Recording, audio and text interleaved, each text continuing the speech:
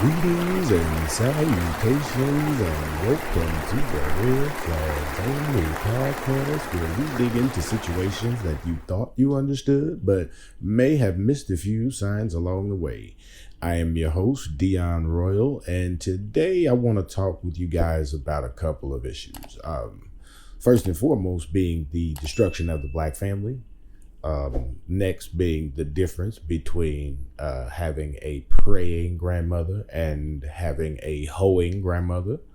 How simps and son husbands are ruining the community, and how to identify someone that fucks with you for real. I want to begin by saying that I find it truly hard to believe that all men and women hate each other right now. At this point in history and in the economy, two incomes and a side hustle are absolutely a necessity to survive. It don't matter if one of y'all work at Popeyes, the other working at Home Depot. He gonna need to be fixing some cars, and she gonna be need to do some hair on the side. I mean, it's just that simple.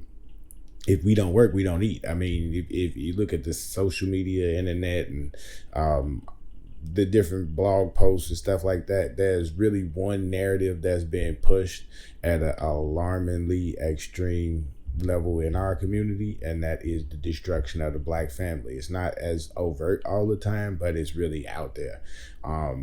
They really don't ever want to see you niggas get on one unified accord. And from this, for contextual purposes, I'll be speaking specifically about the black family from this point forward. I'm pretty sure that a lot of the information shared, it can be useful for a lot of people, a bunch of y'all. But I can't say that I'm really familiar with the specific family dynamics of other cultures. So I appreciate y'all for being here if you are, but I'm gonna say have at it and take what you can and use it. I'm gonna stay in my lane. I'm gonna just speak on my people. Now, I recently saw a social media post that asked a question. The question is, I'm gonna preface everything from here because I don't really have everything pulled up right in front of me. But I saw a social media post that asked the basic question that says most of us are over 40 and want you to keep it 100. Do you ever think you'll get married? And now you know me, I live in the comments, so I immediately jumped dead in. I'm trying to see what's going on, being nosy. I was just trying to figure out what the post of the people was, to be honest. But full disclosure, this question was posed by a young lady, and I believe that she was specifically speaking to other women on her timeline. I that much I could draw. I'm pretty good at reading and comprehension, and that much I could draw. Now, for all you simp ass, cake ass niggas that showed up in the comments to bare your soul, I am here to tell you what them ladies wouldn't.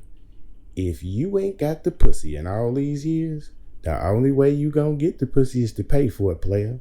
Saying sucker shit in the comments for sympathy is straight goofy shit, because we know you really only saying it to get some empathy surrender coochie and shit. Man, that shit ain't cool. Better luck trying that shit on Mother's Day or Easter, my nigga. Okay, but back to the sister's post. To me, the comments were heart-wrenching. Most women have given up on finding love, marriage, a dependable partner, or a stable family.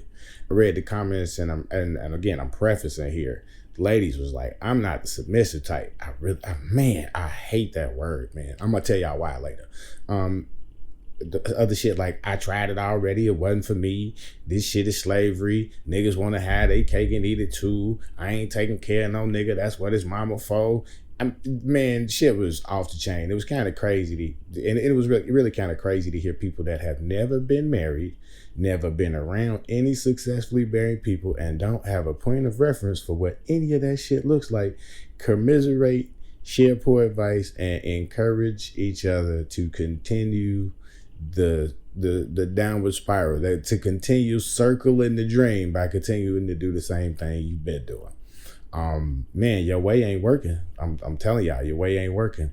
Now, most of the niggas in the comments were not asked to be there, and these are not desirable niggas for bitches to be making a play on. The desirable niggas is either taken or busy. And then you had a large number of women in the comment section close to 45 years old with multiple children and multiple baby daddies in tow. It was crazy. Now, the majority of the responses included demands that was just kind of delusional, and I'm being honest, borderline insane, from preferring men with no children of their own to insisting that whoever they settle with provide them with the opportunity to be a stay-at-home wife or mother. I'm being honest, that was no shortage of just lofty ass goals. I mean, it's, to me, I'm be straight crack pipe dreams. But now the one thing that I can tell you that there was absolutely no evidence, no trace of, was accountability. Now for the men, but I'm gonna be honest, y'all have not done the necessary work to put yourselves in a position to be desirable. I mean, being a good person, being reliable, dependable, strong morals, values, character, and integrity, man, those are the major things. Man, you could be handsome, you could have a great job and all the money, you could be talented, but really, if you lacking in any of them previous categories I just mentioned, I mean, you probably gonna end up failing more times than not as a man. Now, many times for the reasons for this can be kind of it could be variable. I mean, but what I will say is the lack of good teachers, strong point of reference, having good role models, or just people to talk to is kind of, to me, like the overarching connection. Most of you ain't never seen it or had it told to you, so you don't know. I mean, that's just that simple. And when you don't know, you end up using trial by error, and that should be cool. And it's kind of, it's all right when you playing video games. You can hit the reset button. Playing cards, spades, well, maybe not spades, but you know, you get a chance to start over, do shit over in certain situations. You don't get that all the time in life, and when you bumping uglies with an ugly chick, the probabilities of an ugly baby or an ugly version of you is high. You know what I'm saying? And nobody really want to stay together when they have ugly babies. I'm just playing a little bit. But honestly, as men, we got to start having discipline and being more accountable with how we distribute our seed. In many cases, we got to start choosing who likes us and not who we like. That shit'll get you every time. Who we like, who you like, or how you fucked up every time, because you was never taught discernment. You don't know how to choose, man. Your point of reference is social media, pornography, the greatest society, awful role models. I mean, that, like, stuff like that. You know what I'm saying? News media is giving us kind of exaggerated idea of what sex, relationships, and really happiness look like. Man, everything is focused on the material and what's happening outside of you. You know, what you can get, how you can take. But I mean, to be honest, that shit is really detrimental. You know, I'm being honest, I really believe that the shit went off the rails when they made corn free. I'm being honest. It was a time when you had to find some old ass magazines in your uncle garage, you know, something like that, under your cousin bed or some shit, and like under your older cousin bed, and you handled them shits like a Fabergé egg. When you took them, you know, you found them, you took them to show the homies, and you made sure you put them joints back exactly like you found them, because you ain't want the smoke that came along with that. But you know what I'm saying is, like, it was a process and a rite of passage that's kind of missing in today's game, and I think it's gonna take like the best minds, the best people from our village to kind of set this shit straight. I mean, in a lot of cases, he found out you had the books. He'll have a formal discussion with you. You know what I'm saying? Sit you down, let you know how the game go a little bit. You know.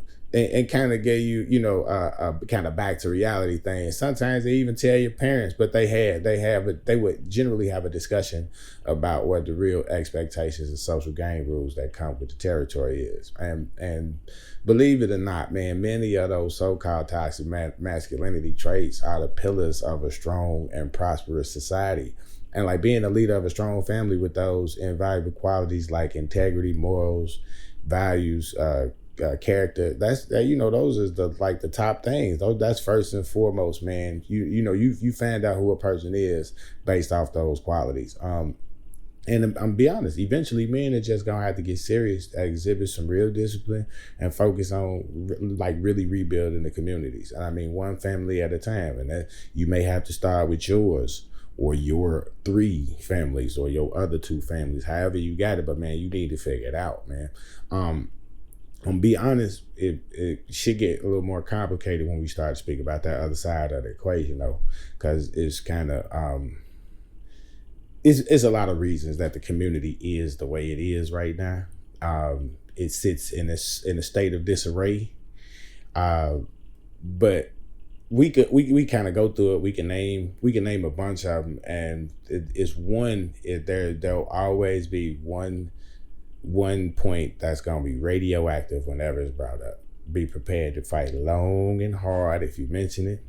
And it's going back to the initial comments of the women from the post. It almost seems as if each of them placed accountability for whatever their situation was outside of themselves. The Independent Woman Act is kind of stale. And, we hear you. You got all the money. You got all the jobs, all the education, all the success in your community, all the success in our community. Yet you seem to be the most miserable, unfulfilled group of people on the earth. You smarter than men, you stronger than men, you better than men in every way possible. You ain't got no nigga, ain't no nigga got you. Your sons are your king. Your daughter is your broke best friend.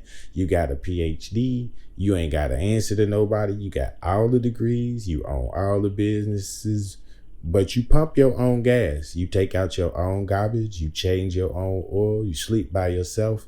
You got mail with 7 different last names coming to the house, and the unfortunate, misguided remnants of your womb are wreaking havoc on the rest of the community.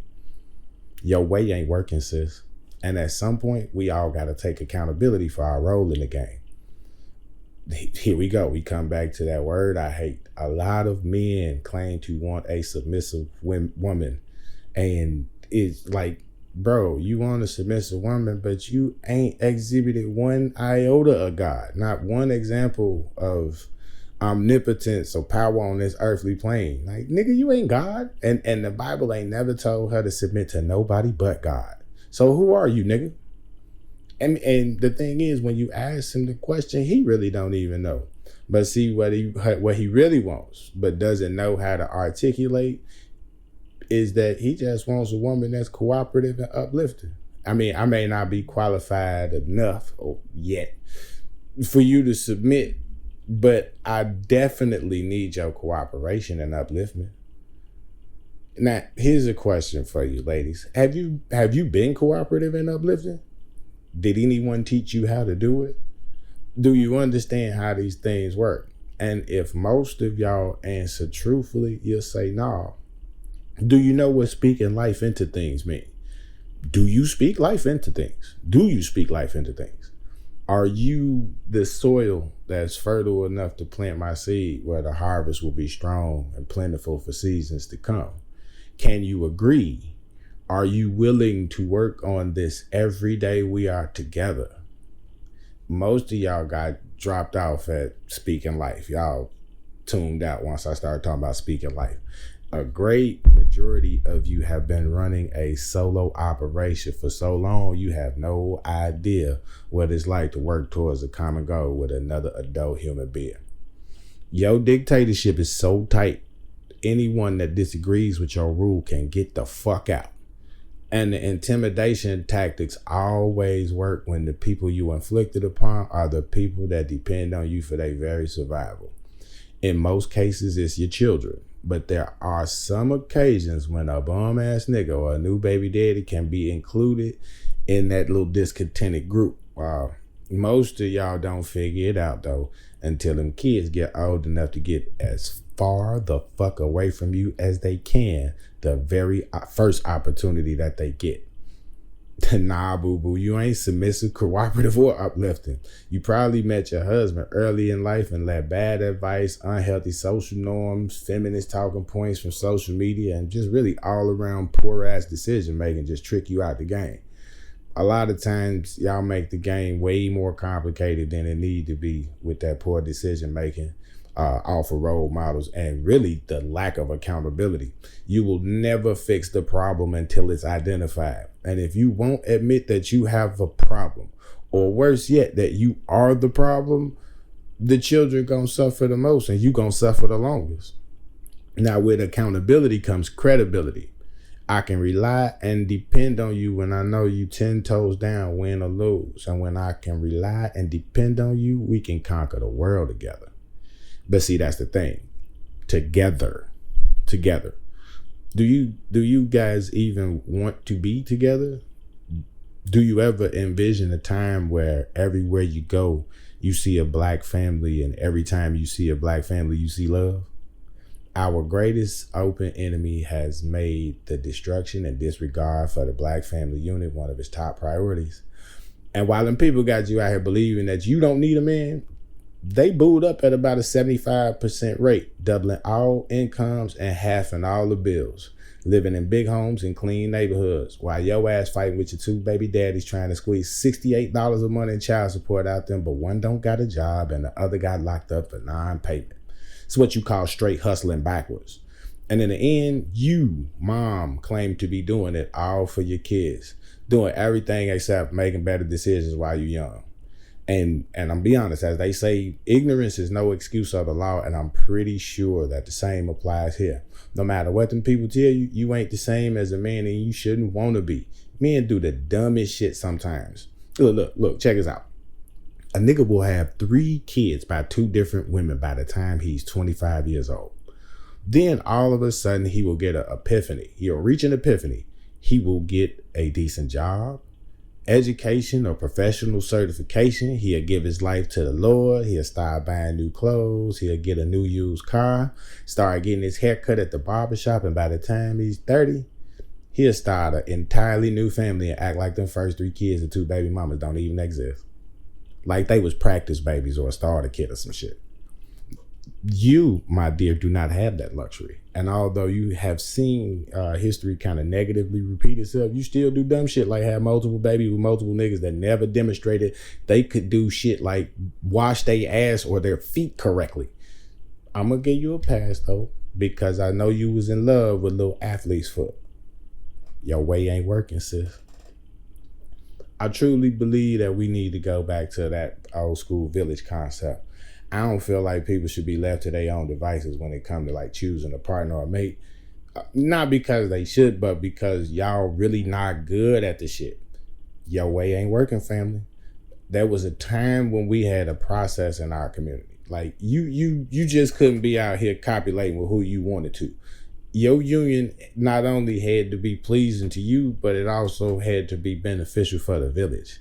That was kind of this council of elders thing, whether that was, in the community or just the people in your family. But that council of elders, they was well respected and they offered guidance and approval. And during that time, the community prospered. Like the method we currently have, like it basically encourages casual sex, side babies, no accountability, general disregard for the condition of the community, the village. Our young women are encouraged to be promiscuous and anti-family. Our young men are encouraged to be irresponsible, aloof, and undependable. It's like, in my opinion, this really is a direct byproduct of just the lack of praying grandmothers and the proliferation of hoeing grandmothers in the community. There was truly a time when the youth of our community were covered and protected by the prayers of the righteous. The most righteous and revered members of our community, of our culture, have always been our grandmothers. And they was a praying bunch. Boy, they was calling on the name of the Lord whenever they needed to on behalf of the ones that they love the most. They prayed for you at times when you felt your unworthiness and loving on you when you was at your most unlovable. This is what these ladies did. And it's like, this is the heart and soul of our village. And we have really gotten so far removed from the ways that work. We've essentially just replaced our magical praying grandmother with hoes. I mean, I grew up in an era when women were stunningly beautiful, but extraordinarily modest. Everything wasn't for everybody. And even though They were demure, very mindful. They were fierce about their babies and their communities. Our grandmothers today, though, they turned up, they drinking, drugging, acting a fool, they hoeing. They, you know what I'm saying? They out here like the Toys R Us kids. They never grew up. They, they not trying to be. I'm not a grandma. I'm a grandma and shit. No, lady, calm the fuck down. Put you on the slip. Take your ass to church. Get in the choir. Look, and I think I'll say this, right? I'm not gonna romanticize any era or any group of people. Our grandparents was not saints. But I think the difference between now and then is whatever they did, we had no idea what that was. They did that shit in private. Today's grannies is twerking, showing ass, taking thirst trap pictures at the nursing home, sending Deacon Charles nudes, and tagging the grandbabies in the stat. I cannot ever recall seeing my grandmother in a provocative position or being dressed in a revealing manner, especially not in public. Now, she might pop up to the school in a house coat if you was acting a fool, but that was really most likely the extent of it. Certain shit just wasn't acceptable, and it was never about the individual per se, but it was always about their greater effect on the family and the community. Our culture has had all manner of things, but the one thing we really lack now is a code. We had hoodlums then, but they would straighten up when the children or elders was present. Well, I mean, we had hoes, but they wasn't selling pussy to the kids or out in the open. Shit, I grew up in a neighborhood where several trans people lived, and they had the respect and morality to not operate in full costume around the kids. I mean, simple shit like that. And I think what I'm trying to say is we just had a little more respectability for ourselves and others back then. We didn't have as much along the lines of material things, but we made up for that with how we treated one another, particularly our women, children, and elders. And it just seems as though the more we acquired from a material standpoint, the more our morals eroded. You know what I mean? It's like we sold our soul. And we often really don't realize that the destruction of the Black family unit was accelerated during the crack wars. We saw the total obliteration of our morals, values, character, and integrity with the abuse and demoralization of our women and many elders during this generation.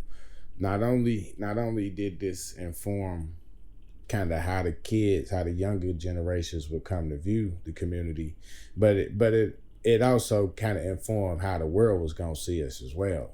Now, this shit is a recipe for disaster. And if you've seen what's coming out the community as of late, disaster could be an understatement, man. Much of the issue with that well-respected council of elders is that they aren't flashy nor glamorous, but neither is a successful marriage.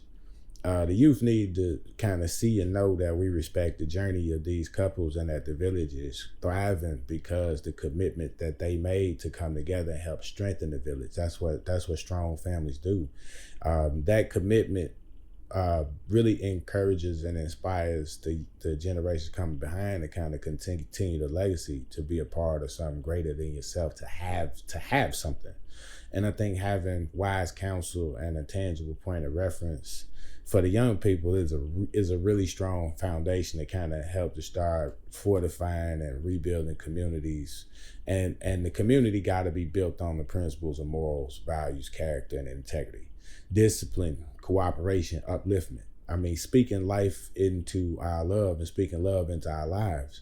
Money and material is not going to save us. How the dominant society operates is not going to save us.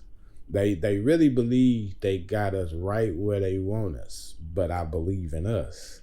I believe in you. And I really think it's just gonna take some tough love and some hard work. But I do think if we turn right and go straight, concentrate on doing the right thing the first time, I think the benefit to the village be greater than we could ever imagine. I mean, after all we've been through. Look, after all we've been through, I mean, we've been through it. We actually been through it together. I think we together, with all the shit that's going on, I think we have earned the space to have some peace. Just to have some peace, man. And focus and discipline, cooperation and upliftment, working together, speaking love into your life and speaking life into your love. That's what's going to help us, tell them babies the truth. They deserve that much. And let's really get back to the things that make us who we are. Those pillars, those really strong foundational things that help us be who we are, that kind of made our culture stand out on what it is. Let's get back to the morals, values, character, and integrity. And that's going to be the real start to re-strengthening the community. That's my 2 cents. Peace.